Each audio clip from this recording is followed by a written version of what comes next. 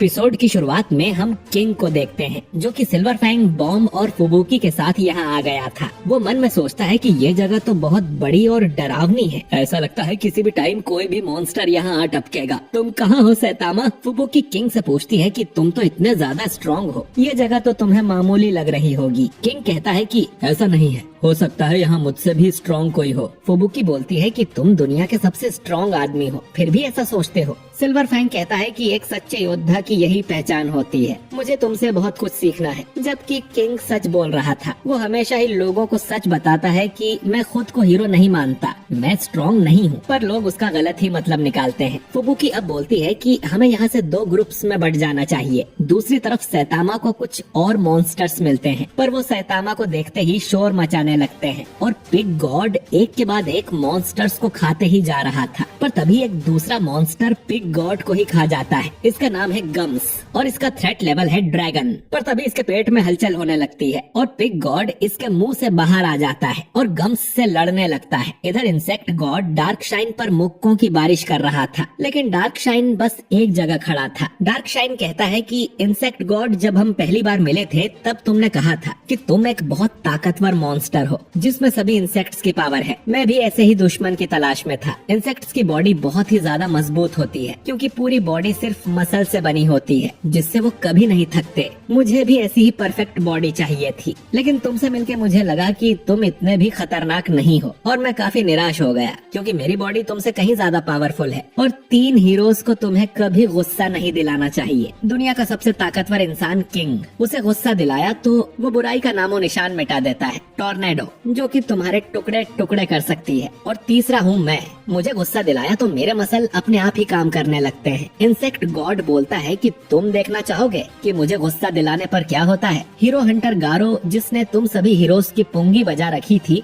वो भी मेरे सामने फेल हो गया था। मेरा शरीर एक कवच की तरह है जिसे तोड़ा नहीं जा सकता और मेरी पूरी बॉडी एक हथियार की तरह है। अब मैं तुम्हारे टुकड़े टुकड़े करके कीड़ों को खिला दूंगा। वो पंच मारने डार्क शाइन के पास जाता है जो कि सिर्फ एक ही मुक्के में इंसेक्ट गॉड को ही खत्म कर देता है। इधर सैतामा ने भी सभी मॉन्स्टर्स को मार दिया था। तभी उसके सामने वो रोवर नाम का मॉन्स्टर आता है जिसका थ्रेट लेवल ड्रैगन है। सैतामा को लगता है कि अरे ये डॉग कितना बड़ा है। वो उसे एक मॉन्स्टर की हड्डी दिखाते हुए बोलता है कि ओए डॉगी, मैं तुम्हें ये हड्डी दूंगा, तुम मुझे यहाँ के सबसे बड़े मॉन्स्टर तक लेके चलो। रोवर सैतामा पर भी एनर्जी ब्लास्ट करता है जो कि सैतामा को पसंद नहीं आता। उसे लगता है कि यही वो मॉन्स्टर है जो इतनी आवाजें कर रहा था, जो सैतामा को अपने घर तक सुनाई दे रही थी। वो इसे सबक सिखाने के लिए एक मुक्का मारता है जिसकी शॉक वेव इतनी जोर की थी कि सभी हीरोज को सुनाई देती है। ज़ॉम्बी मैन जो अब भी होमलेस एम्पायर से लड़ रहा है, अमाई मास्क, चाइल्ड एम्पायर, पूरी प्रिजनर,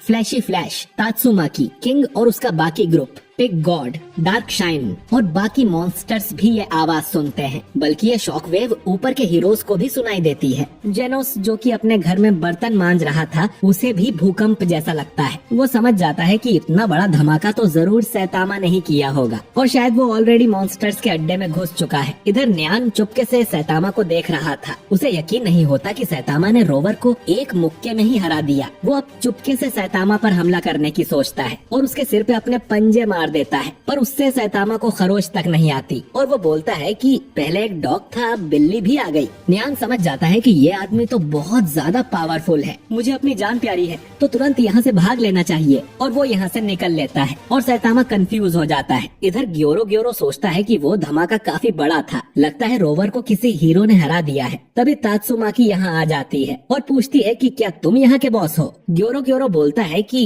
तुम्हारा मेरे अड्डे पर स्वागत है हीरो, मुझे लगा ही था कि सिर्फ तुम ही मुझ तक पहुंच पाओगी। मेरा नाम ग्योरो है, मैं मॉन्स्टर एसोसिएशन का मैनेजर हूँ और इस नई दुनिया का क्रिएटर भी, जिस पे मॉन्स्टर्स का राज होगा। तात्सुमाकी बोलती है कि यानी तुम ही बॉस हो। ग्योरो अब बड़े बड़े पत्थरों से तात्सुमाकी को कुचलने की कोशिश करता है, लेकिन तात्सुमाकी को कुछ नहीं होता और वो पूछती है कि बस इतना ही दम है। फिर वो अपनी थोड़ी सी पावर से ही ग्योरो का एक हाथ उखाड़ देती है, जो देख ग्योरो हैरान हो जाता है कि इसने मेरा बैरियर तोड़ दिया। अब मैं अपनी अपनी असली पावर दिखाऊंगा। ग्योरो ग्योरो अब अपने असली रूप में आ जाता है, जिसकी ढेर सारी आंखें थी। वो तात्सुमाकी से कहता है कि मैं तुमसे भी ज्यादा ताकतवर साइकिक हूँ। वो अब तात्सुमाकी की ग्रेविटी 300 गुना से बढ़ा देता है और उसे कुचलने की कोशिश करता है, पर तात्सुमाकी तो आराम से खड़ी थी और बोलती है कि अच्छी मसाज हो रही है, मेरे बाएं कंधे पर थोड़ा ज्यादा वजन डालो ना, मैंने अपना तकिया चेंज किया है तो कंधे में थोड़ा दर्द है। ग्योरो ग्योरो अपनी पूरी पावर लगा देता है, लेकिन तात्सुमाकी को कुछ नहीं होता।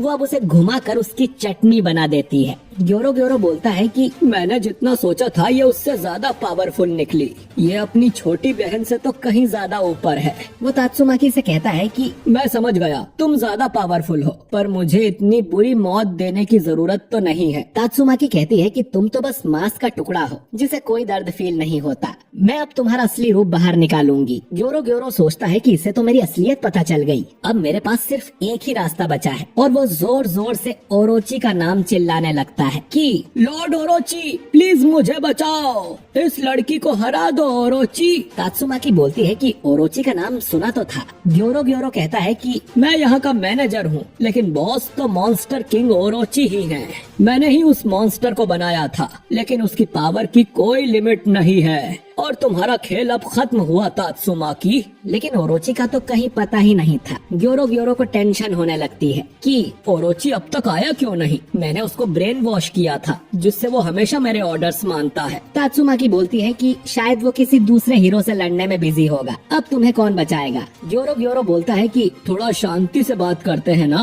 पर तात्सुमाकी तो बहुत गुस्से में थी। ग्योरो ग्योरो सोचता है कि ऐसा कौन हीरो है जिससे लड़ने में ओरोची मेरा ऑर्डर नहीं मान रहा। तात्सुमाकी तो यहाँ पर है तो ओरोची किससे लड़ रहा है। इधर हम देखते हैं कि ओरोची सैतामा के सामने था। सैतामा बोलता है कि पहले 2 नंगे आदमी, फिर एक डॉगी, फिर बिल्ली, मैं सोच ही रहा था कि अब मेरे सामने क्या आएगा। वो ओरोची से कहता है कि मैं ऊपर वाली बिल्डिंग में रहता हूँ, यहाँ बहुत शोर हो रहा था तो मैं चेक करने आ गया। तभी ओरोची उस पर अटैक कर देता है और सोचता है कि वो शॉक वेव मामूली नहीं थी, इसीलिए मैं खुद देखने आ गया। ये हीरो तो हमारी लिस्ट में था ही नहीं, ये हमारे लिए बड़ा खतरा बन सकता है, मुझे इसे तुरंत ही मारना होगा। वो देखता है कि सैतामा को कुछ नहीं हुआ था। वो बोलता है कि यहाँ रहने वाले सभी लोग किसी ग्रुप का हिस्सा है क्या, तुम यहाँ खतरे में होने की बात कर रहे हो, लेकिन मुझे जो भी मिलता है मुझ पे अटैक क्यों कर देता है। ओरोची अब अपने मुंह से बड़ा सा एनर्जी ब्लास्ट करता है जिससे सैतामा बच जाता है और कहता है कि अब तुम भी मुझ पे अटैक करोगे। तभी हम देखते हैं कि वो डॉग रोवर अब भी जिंदा था। ओरोची उससे कहता है कि इस टकले को मार दो,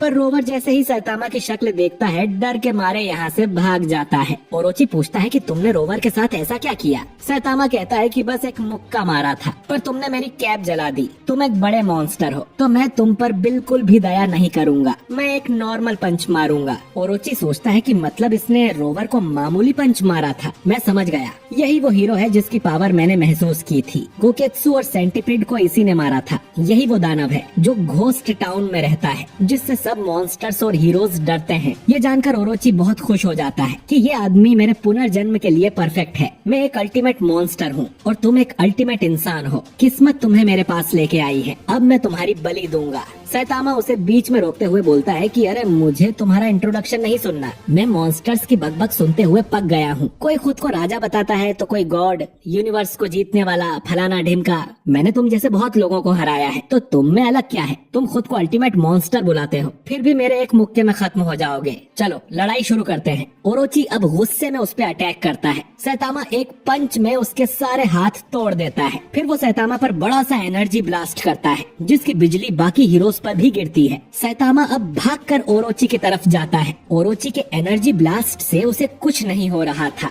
वो एक मुक्का मारता है और ओरोची की गर्दन उखाड़ देता है। ओरोची को समझ भी नहीं आता कि उसके साथ क्या हुआ। सैतामा बोलता है कि ये तो बस मेरा नॉर्मल पंच था और ओरोची जलते हुए नीचे गिर जाता है। गुफा की ही किसी दीवार पर हम गॉड की पेंटिंग बनी देखते हैं और गारो भी किसी कमरे में बेहोश था। इधर किंग का ग्रुप अलग अलग होने की बात करता है। किंग को लगा था कि ये लोग 2-2 के ग्रुप में बटेंगे, पर ये तो किंग को अकेला छोड़ देते हैं और तीनों दूसरी तरफ जाने लगते हैं। किंग अब अकेला चल रहा था और सोचता है कि 4 लोगों को 2-2 के ग्रुप में बांटना चाहिए ना, मुझे अकेला क्यों छोड़ दिया। खैर मुझे बस छुप के रहना है, जब तक हीरो सभी मॉन्स्टर्स को मार नहीं देते मैं छुप के बैठूंगा जैसे मैं यहाँ हूँ ही नहीं। तभी उसे पीछे से कोई आवाज लगाता है। ये वागमा था। वो कहता है कि मेरे पीछे मॉन्स्टर पड़ा है, तुम मुझे अपने कंधे पर बैठा लो। मॉन्स्टर का सुन के किंग का दिल जोर जोर से धड़कने लगता है। वागमा सोचता है कि ये आवाज तो किंग इंजन की है। किंग उससे कहता है कि तुम्हें कोई दूसरा हीरो ढूंढना चाहिए, मैं तुम्हारी कोई मदद नहीं कर सकता, मेरे पास आने से तुम्हें निराशा ही होगी। असल में ये वागमा नहीं बल्कि एक मॉन्स्टर था जो वागमा का रूप लेके आया था। किंग की बातें सुन उसे लगता है कि किंग ने उसके असली रूप को पहचान लिया है। वो डर के मारे अपने असली रूप में आ जाता है। ये देख किंग का दिल और ज्यादा धड़कने लगता है और वो मन में सोचता है कि